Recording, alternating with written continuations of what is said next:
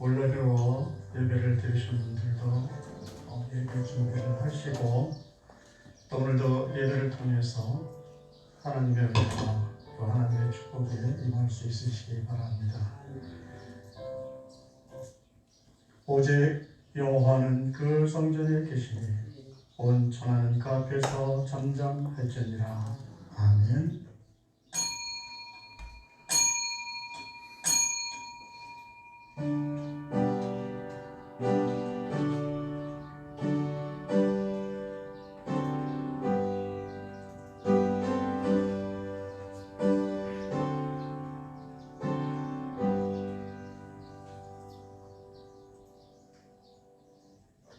오늘도 우리 함께 계셔서 하나님 앞에 예배드리게 하시니 감사합니다. 신령과 진정으로 예배드리게 하시고 살아계신 하나님이 우리 가운데 계심을 보게 주옵소서. 우리가 세상에서 가지고 있었던 걱정, 근심, 질병들 또 우리를 힘들게 하는 모든 것들 다 짊어지고 하나님 앞에 나왔사오니 하나님 앞에 다 내려놓게 하시고 하나님이 주시는 평안함과 저 하늘나라의 희락이 가득 채워지게 주옵소서. 우리의 부족함을 고백하오니 우리를 성령의 능력으로 채워주시고 우리의 듣는 귀가 둔함을 하나님 앞에 고백하오니 우리의 영적 귀를 열어주셔서 살아계신 하나님의 말씀을 들리게 하시고 깨닫게 주옵소서. 다 열매 맺는 자로 살아가게 주옵소서. 이 시간도 예수님의 이름으로 예배를 계획하오니 마치는 순간까지 자리에 계셔서 저희들 통해 홀로 영광받아 주옵소서. 감사하며 예수님의 이름으로 기도합니다. 아멘. 찬송 47장입니다.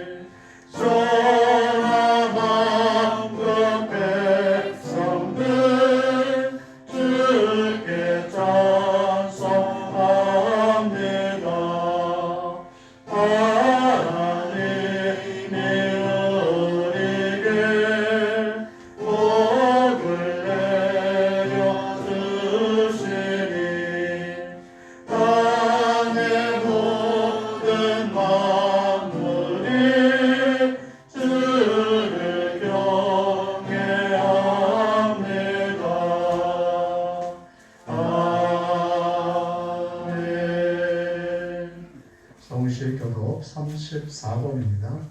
교동문 34번. 지혜를 얻은 자와 명철을 얻은 자는 복이 있나니 지혜를 얻는 것이 의를 얻는 것보다 낫고 그 이익이 정금보다 나음이니라. 지혜는 진주보다 귀하니 너의 사모하는 모든 것으로 이에 비교할 수 없도다. 그 편선에는 장수가 있고 그 좌편선에는 부귀가 있나니 그 길은 즐거운 길이요 그 첩경은 다 평강이니라. 지혜는 그 얻은 자에게 생명나무라. 지혜를 가진 자는 복되도다. 여호와께서는 지혜로 땅을 세우셨으며 명철로 하늘을 굳게 펴셨고 그 지식으로 해안이 갈라지게 하셨으며 공중에서 이슬이 내리게 하셨느니라. 내 아들아 완전한 지혜와 근신을 지키고 이것들로 네 눈앞에서 떠나지 않게 하라. 대저 여호와는 너의 의지할 자시니라. 내 발을 지켜 걸리지 않게 하시리라. 아멘. 사도신경으로 우리의 신앙을 고백합니다. 전능하사 천지를 만드신 하나님 아버지를 내가 믿사오며 그의 아들 우리 주 예수 그리스도를 믿사오니 이는 성령을 인하사 동정녀 마리아에 나시고 빌라도에게 고난을 받으사 십자가에 못 박혀 죽으시고 장사한 지 4일 만에 죽은 자 가운데서 다시 살아나시며 하늘에 오르사 전능하신 하나님 우편에 앉아 계시다가 저리로서 산자와 죽은 자를 심판하러 오시리라. 성령을 믿사오며 거룩한 공예와 성도가 서로 교통하는 것과 죄를 사하시는 것과 몸이 다시 사는 것과 영원히 사는 것을 믿사옵나이다. 아멘. 찬송 219장입니다. 219장.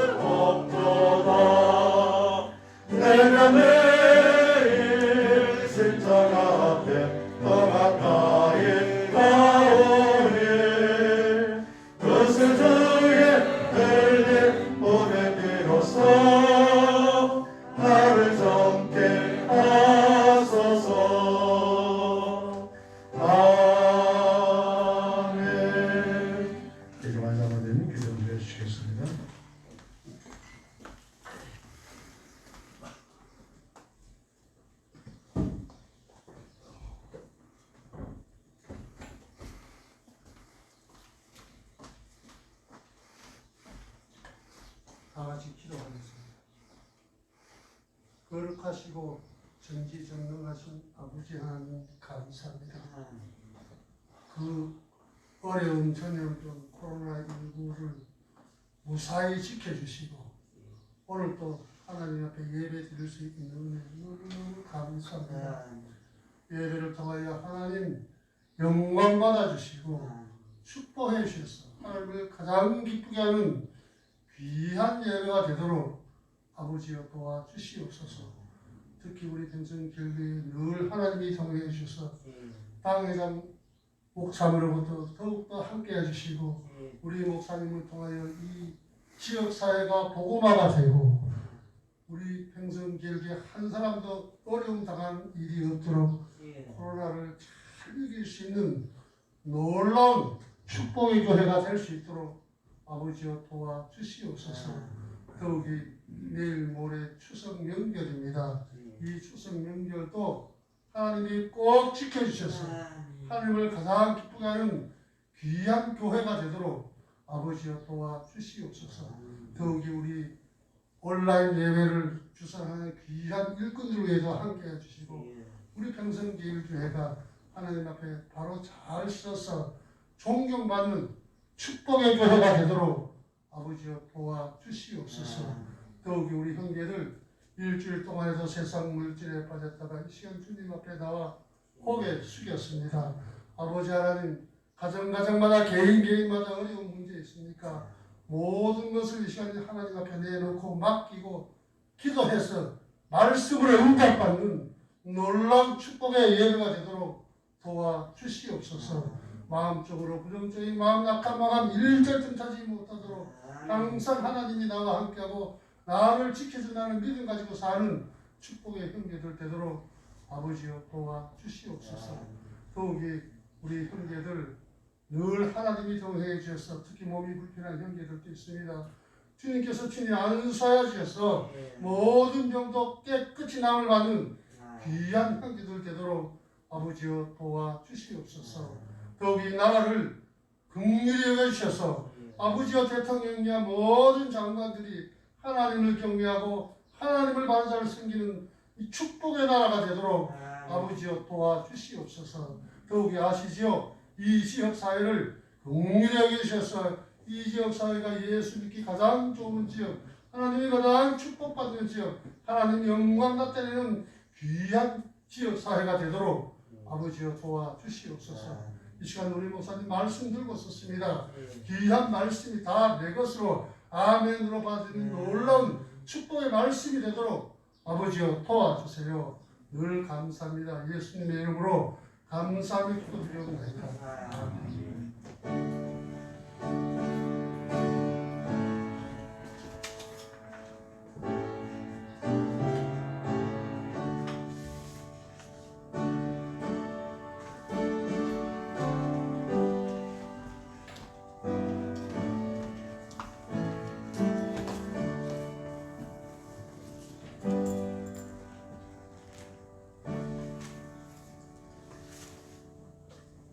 살아계신 하나님의 말씀 봅니다. 누가복음 15장 11절에서 24절까지입니다. 누가복음 15장 11절에서 24절까지입니다. 또 가라사대 어떤 사람이 두 아들이 있는데 그 둘째가 아비에게 말하되 아버지여 재산 중에서 내게 돌아올 꿈깃을 내게 주소서 하는지라.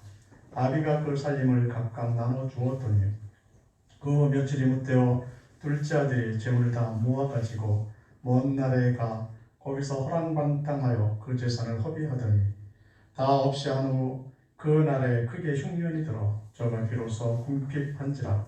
가서 그 나라 백성 중 하나에게 붙어 사니 그가 저를 들러 보내어 돼지를 치게 하였는데 저가 돼지 먹는 쥐염 열매로 배를 채우고자 하되 주는 자가 없는지라. 이에 스스로 돌이켜 가로되 내 아버지에게는 양식이 풍족한 품꾼이 얼마나 많은고 나는 여기서 주려 죽는구나. 내가 일어나 아버지께 가서 이르기를 아버지여 내가 하늘과 아버지께 죄를 얻었사오니 지금부터는 아버지의 아들이라 일컬음을 감당치 못하겠나이다. 나를 품꾼의 하나로 보소서 하리라 하고 이에 일어나서 아버지께로 돌아가니라. 아직도 상고가 먼데 아버지가 저를 보고 치근히 여겨 달려가 목을 안고 입을 맞추니 아들이 가로되 아버지여 내가 하늘과 아버지께 죄를 얻었사오니 지금부터는 아버지의 아들이라 일컬음을 감당치 못하겠나이다 하나 아버지는 종들에게 이르되 제일 좋은 옷을 내어다가 입히고 손에 가락지를 끼우고 발에 신을 신기라. 그리고 살찐 송아지를 끌어다가 잡으라. 우리가 먹고 즐기자. 이 내 아들은 죽었다가 다시 살아났으며 내가 잃었다가 다시 얻었노라 하니 저희가 즐거워하더라. 아멘. 잠시 기도합니다. 이 시간도 우리가 말씀을 듣기 원하오니 우리의 마음을 열어 듣게 하시고 또 우리가 듣는 말씀들이 열매가 되어져서 결실을 할 수 있는 귀한 삶을 살아가게 하시옵소서. 빛의 간에 은혜 받기 원하오니 성령 충만케 하시고 빛의 간에 다 은혜 받게 하시옵소서. 하나님이 함께 하셔서 감사하며 예수님의 이름으로 기도합니다. 아멘. 우리가 살아가는 삶의 모습은 어찌 보면 서로 어떤 다양한 관계 속에서 삶을 살아갑니다.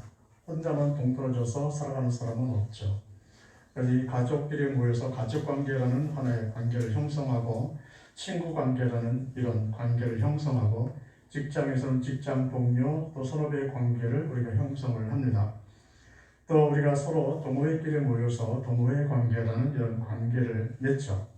그래서 한 사람이 하나의 관계를 갖고 있는 것이 아니라 많은 관계를 가지고 서로 연결해서 살아갑니다.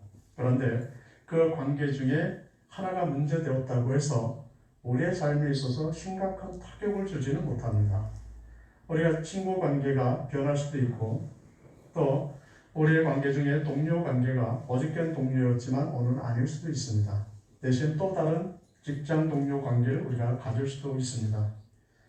그래서 그들 중에 어느 한 부분이 문제가 되거나 변화되어져도 우리 살아가는 데 있어서 큰 지장은 받지 않습니다. 그런데 그 관계 중에 우리의 생명과 연결되어진 관계가 있습니다. 그러니까 이 관계가 잘못되거나 끊어지면 내 생명과 연결되어지는 그런 관계가 있는데 그게 바로 하나님과의 관계입니다. 세상의 관계는 변화돼도 상관없지만 하나님과의 관계는 변화되거나 단절될 수 없다는 것을 우리는 기억해야 합니다. 오늘 본문에서 하나님은 탕자의 비유를 통해서 하나님과의 관계에 대해서 우리에게 교훈을 주고 있습니다. 오늘 본문은 아버지의 관계 속에서 살아가는 일을 하나의 멍해라고 생각했던 이 둘째 아들의 그 행동 그리고 그 행동의 결과에 대해서 우리에게 설명해 주고 있습니다. 먼저 13절을 보면 그 며칠이 못되어 둘째 아들이 재물을 다 모아가지고 먼 나라에 가 거기서 호랑방탕하여 그 재산을 허비하더니 둘째 아들이 아버지 집을 떠나죠. 자기가 받은 모든 돈을 다 가지고 아버지와의 관계를 청산합니다.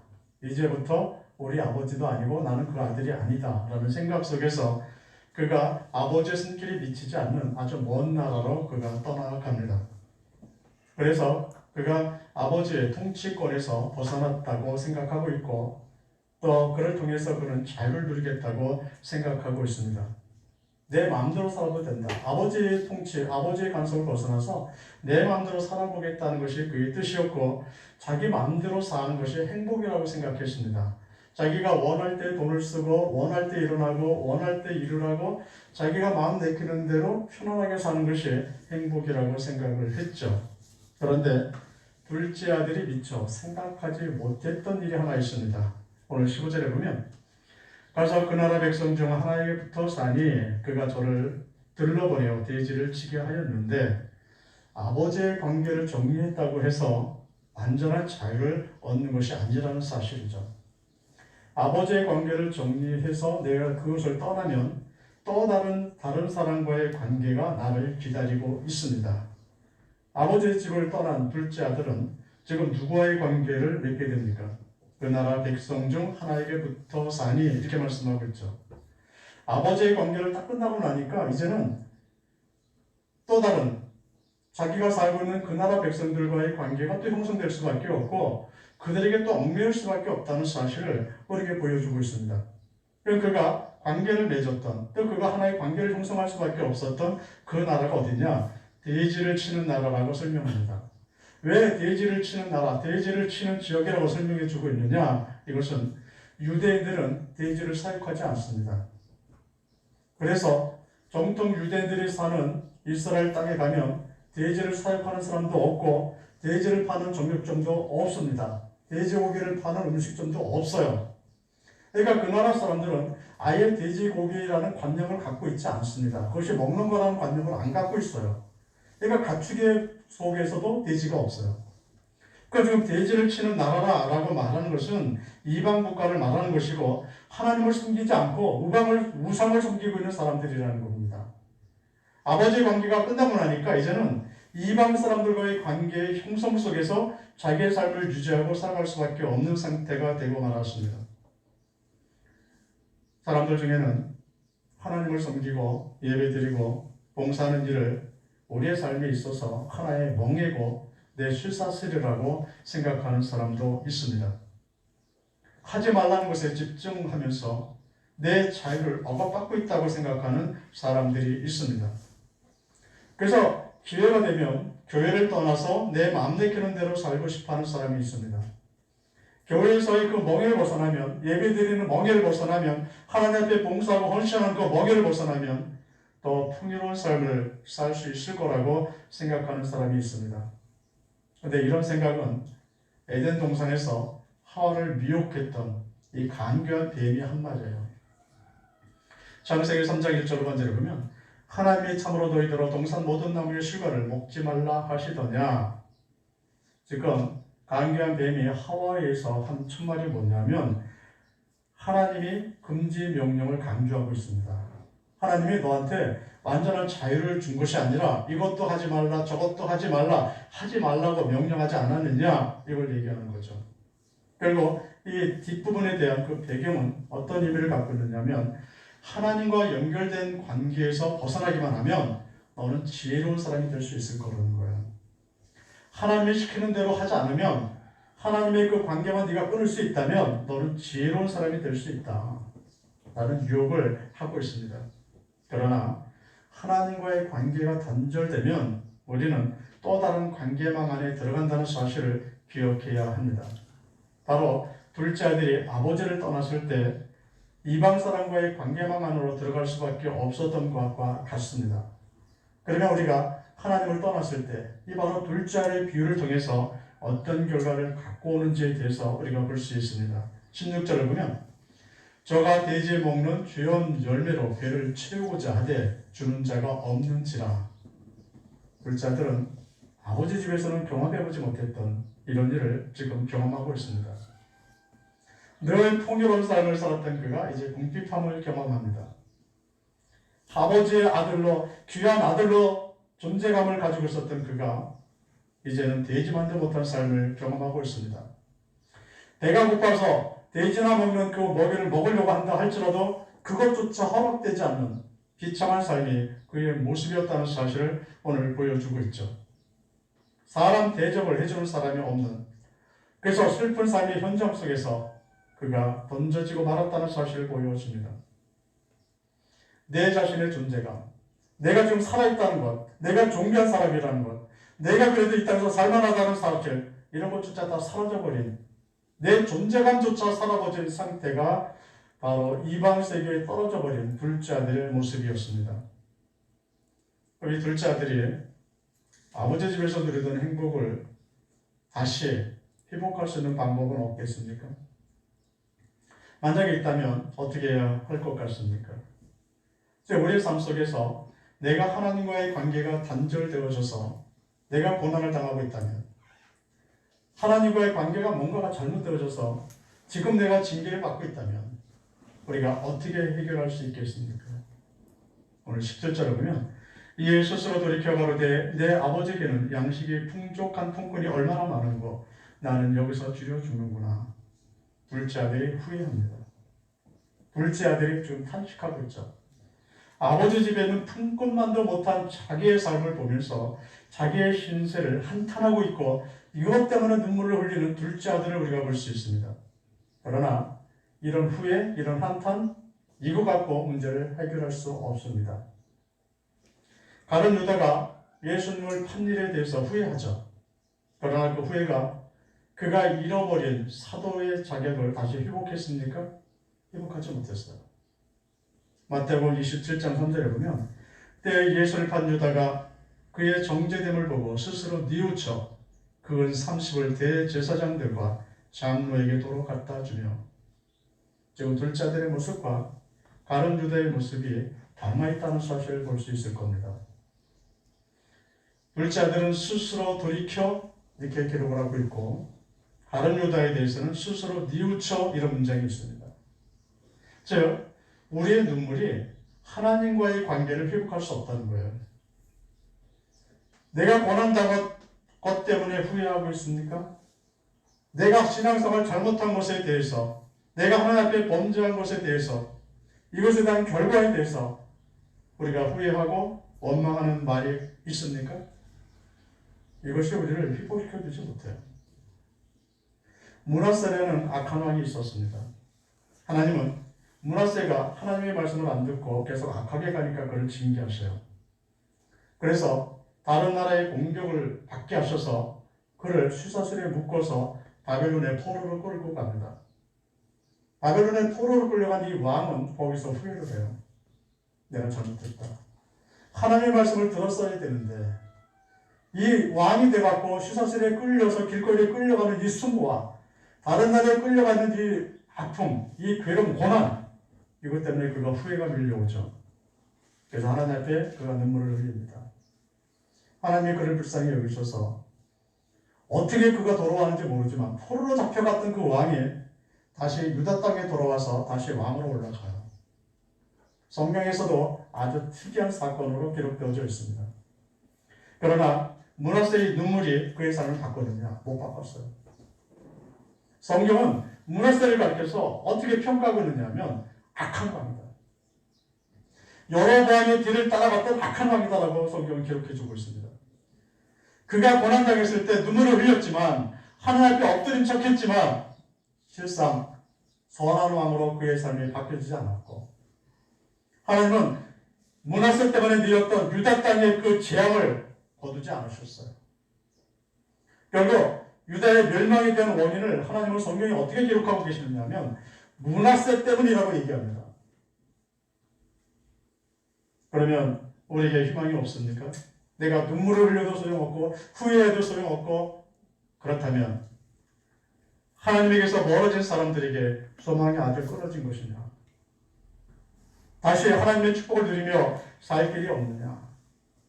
성경은 그렇지 않다고 얘기합니다. 오늘 18절을 보시면 내가 일어나 아버지께 가서 이르기를 아버지여 내가 하늘과 아버지께 죄를 얻었사오니, 둘째 아들은 자기의 자리에서 일어납니다. 그리고 죄인의 모습으로 아버지 집으로 돌아가고 있습니다. 이게 방법이에요. 눈물을 흘리며 우는 것으로 끝나는 것이 아니라 내 자리에서 지금 일어나는 것, 죄인의 자리에서 일어나는 것. 그렇다고 내가 죄가 없다고 하면서 아버지 집에 돌아가는 것이 아니라 그냥 죄인의 모습으로 그냥 가는 겁니다. 우리가 떠나는 아버지 집으로 다시 돌아가는 것, 이것이 소망입니다. 내가 스스로 세상으로 들어갔다면 그 세상의 자리에서 지금 일어나셔야 하는 것이고, 내가 스스로 죄악된 자리에 들어간 적이 있다면 그 자리에서 지금 일어나야 하는 겁니다. 우리가 주저앉아 있던 마귀의 영역 속에서, 사탄의 온유 속에서 내가 다시 일어나야 합니다. 그리고 다시 아버지의 관계 속으로 들어와야 한다는 거죠. 이것이 회개예요. 죄가 있다고 말하는 게 아니에요. 내가 죄인이라고 말하는 정도가 아니에요. 내 죄 때문에 눈물 흘리고 후회하는 이 정도가 아니라 돌아오는 게 회개입니다. 돌아오는 것이에요. 우리의 고난과 아픔과 핍박의 삶을 살고 있다면 내가 눈물만 흘리지 말고 방향을 바꾸셔야 한다는 거죠. 오늘 22절에 보면 아버지는 종들에게 이르되 제일 좋은 옷을 내어다가 입히고 손에 가락지를 끼우고 발에 신을 신기라. 내 마음대로 살던 삶의 모습에서 내가 벗어나서 그 삶을 멈추고 하나님의 말씀대로 살기로 내가 결단하고 다시 예배의 자리에 앉을 때 하나님의 자비하심이 임하는 것을 보여주고 있죠. 둘째 아들의 상식, 둘째 아들의 지식은 뭐냐? 아버지의 재산이 아버지가 살아있을 때 그 유산을 물려받은 자는 아버지의 관계가 끊어졌다는 거예요. 아버지가 아닙니다. 다시 이것은 유산을 미리 받았다는 의미는 어떤 의미냐면 내가 다시는 당신을 아버지라고 안 부르겠다. 그러니까 당신도 나를 아들이라고 생각하지 말아라. 이 관계 단절을 선언하는 거예요. 그래서 완전히 관계 단절을 선언하고 집을 나가버렸습니다. 그런데 아들은 관계 단절을 선언했지만 그리고 자리를 떠났지만 아버지는 지금 어떻게 하고 있어요? 아직도 기다리고 계십니다. 아들의 상식하고는 다른 거예요. 세상의 상식하고 다른 거예요. 세상은 떠나가면 못 돌아와요. 유산을 받아갖고 돌아오면 그가 다시 돌아와도 아들이 아니라 그의 종이거나 아니면 일군으로 돌아오는 거지 아들로 돌아올 수가 없어요. 그런데 이런 상식과 지식과 법이라 할지라도 하나님은 무시하고 계신다는 것.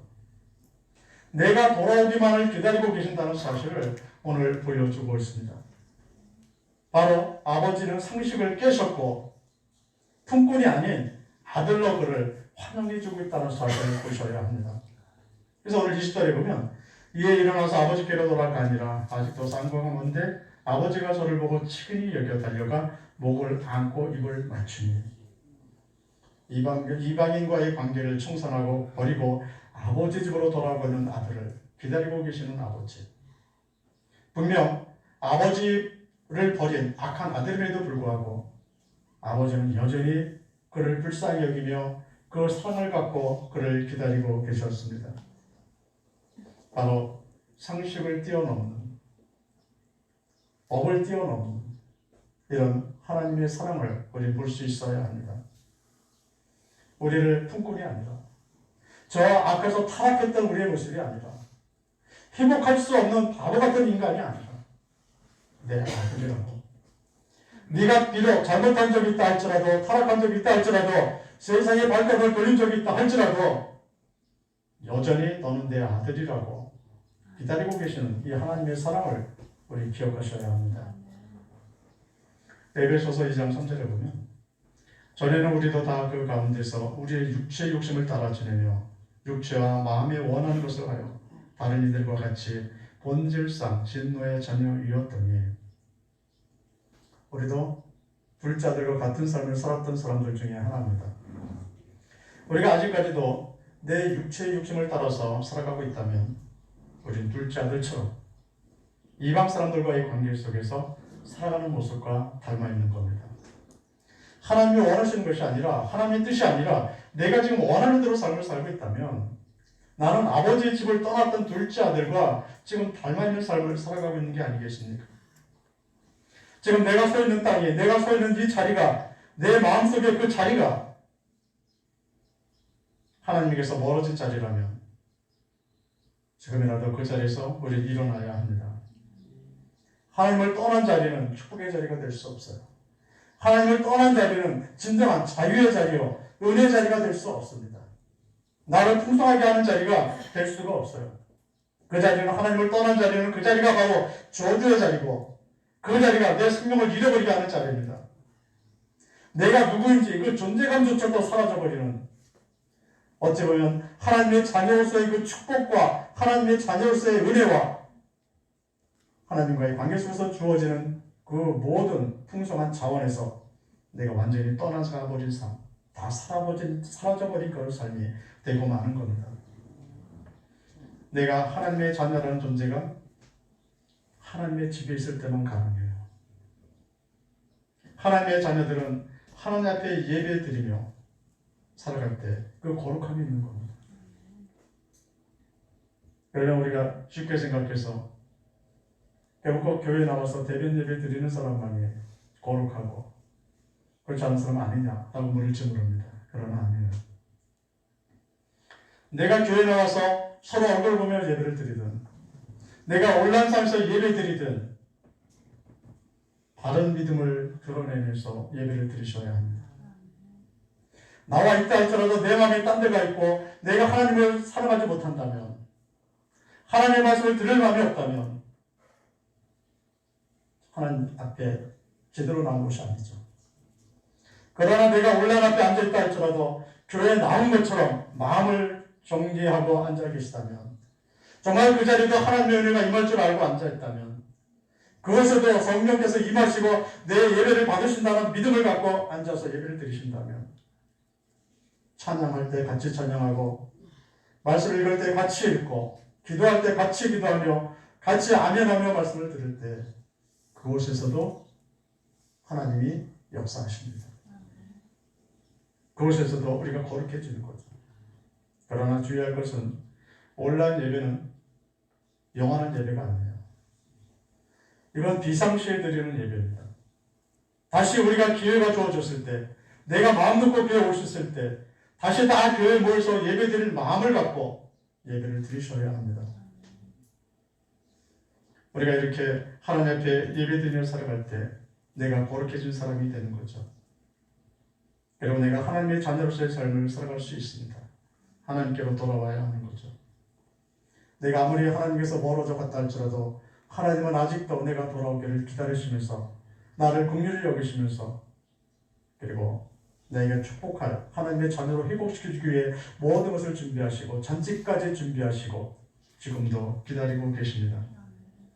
날 기다리고 계시는 아버지의 집으로 돌아올 수 있을 때 모든 축복과 행복도 회복될 수 있습니다. 우리 중에 어떤 누구도 하나님 나라의 축복을 잃어버리지 말고 누리며 살아갈 수 있으시기를 예수님의 이름으로 축원드립니다. 기도합니다. 하나님이 우리와 함께 해주셔서 감사합니다. 하나님 우리를 너무 사랑하셔서 우리가 때때로 하나님에게서 멀어지고 우리가 순종하기보다 불순종하고 우리가 선한 자가 되기보다 악한 자가 되어 있을지라도 내가 돌아오기를 기다리고 계시는 하나님을 볼 수 있게 해주옵소서. 그래서 우리가 언제든지 우리의 자리를 박차고 일어나서 하나님께로 달려오게 하시고 그때마다 우리가 거룩한 자로 하나님의 축복을 누리는 자로 다시 회복되게 해주옵소서. 이 어려운 시대에 우리가 신앙생활을 합니다. 이 시대에 우리의 믿음이 더 커가게 하시고 또 하나님 앞에 예배 드리는 또 그렇게 되기를 원하는 마음들이 더하여질 수 있게 하여 주셔서 늘 하나님께 영광 돌리며 살아계신 하나님을 위대하며 살아나가게 해주옵소서. 늘 우리와 함께 해주셔서 감사하며 예수님의 이름으로 기도합니다. 아멘. 찬송 313장입니다. 313장.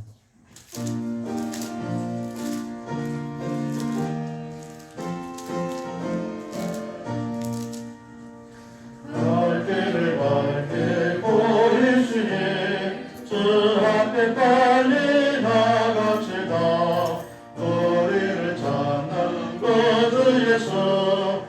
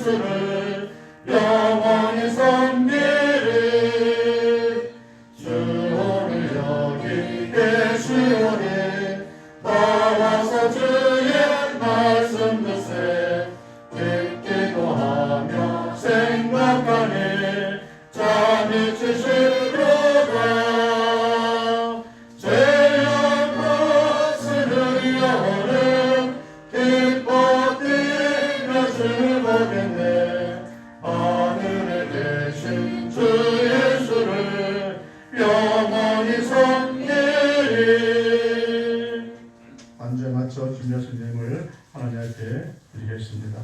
온라인으로 예배 드리시는 분들도 하나님 앞에 정성을 모아 예물을 드리실 수 있으시기 바랍니다.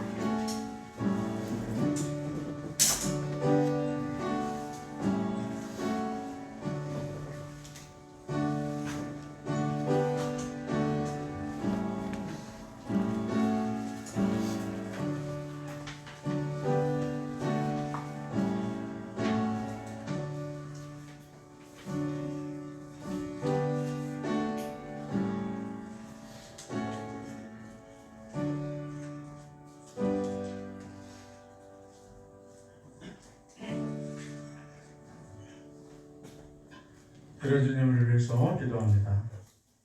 오늘도 우리로 하여금 마음이 있게 하시고 물질이 있게 하셔서 10분의 1을 구별하게 하시고 감사물과 가지가지 예물을 하나님 앞에 드릴 수 있게 하셨사오니 감사합니다. 우리 가진 모든 것이 우리의 생명까지도 하나님의 것임을 진한 고백하며 10분의 1을 구별하여 하나님 앞에 드려오니 하나님 받으시기에 합당한 예물이 되게 하시고 또 우리에게는 하나님의 약속하신 일용할 양식에 차고 넘치게 해주옵시고 하나님의 축복이 우리 가운데 가득 차 있는 것을 보게 해주옵소서. 하나님 앞에 감사하며 예물 드립니다. 마음의 소원을 담아 하나님 앞에 예물 드립니다.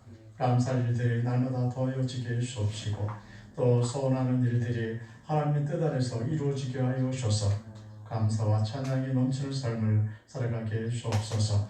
목적을 갖고 목적 예물을 드리는 자마다 하나님께서 함께 하셔서 그 가정에 그의 삶에 풍성함이 있게 하시고 하나님 나라가 날마다 확장되어져 가게 해주옵소서. 하나님 앞에 주일을 맞아요 성결을 드리며 주일을 헌금을 드리는 손길들을 하나님이 기억하시고 그 가정의 삶의 부분에 일용할 것들이 차고 넘치게 하시고 하나님이 주시는 자원으로 인해서 늘 풍성한 삶 또 안전한 삶을 살아갈 수 있게 해주옵소서. 강단에서 구속진 부분까지 이름도 밑도 없이 봉사합니다. 그 이름을 하나님이 하시고 하나님 나라에 그 이름을 기록해 두셨듯이 이 땅에 살아가는 동안에도 정오의 같이 빛나는 복을 누리며 살아가게 해주옵소서.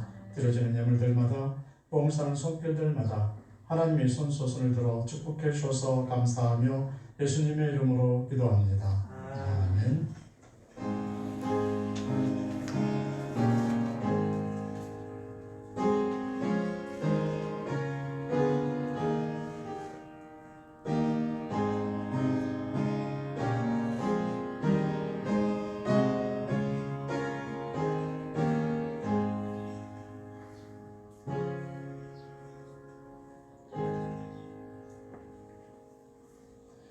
교회 소식 전해드립니다. 각종 기도회들은 교회에서 잠정적으로 시행되지 않습니다. 여러분들이 자유롭게 기도들을 중단하지 마시고 해주시고 또 하나님의 말씀을 들으시고 또 다시 보시면서 읽으시면서 잠시라도 늘 기도하는 삶을 계속 유지하시기 바랍니다. 또 5분 설교를 들으시는 분들은 받으시는 분들은 꼭 들으시고 그 기도 제목에 맞춰서 또 교회를 위해서 자신의 가정을 위해서 잠시라도 기도하는 습관을 가지시면 우리가 경건을 잃지 않고 살아갈 수가 있습니다. 온라인 예배를 들으시는 분들도 교회에 오신 것처럼 예배를 드려주시고 또 우리가 지금 주일 오전 예배와 주일 오후 예배, 수요 예배 3번 교회에서 예배를 드리며 또 온라인을 이렇게 방송을 합니다. 여러분 중에서 서로 다른 사람들도 교회에 올 수 있도록 이 교대에 가면서 참석을 해주시고 또 봉사를 해주시면 훨씬 더 많은 분들이 교회 와서 예배 드릴 수가 있습니다. 또 가정에서 혼자 예배 드리기 어려우신 분들은 지금 교육관에서도 온라인으로 이 방송이 되고 있습니다.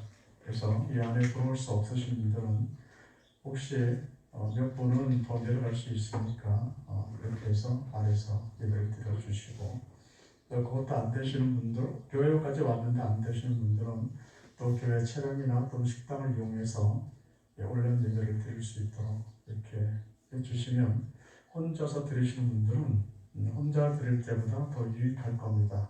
같이 그래도 앉아있는 분이 있기 때문에. 그리고 이제 늘 보시면 이제 돌아가실 때도 사실은 좀 이렇게 거리를 두고 나가셔야 되는데 한꺼번에 끝났다고 이렇게 붙어서 나가시면 안 돼요.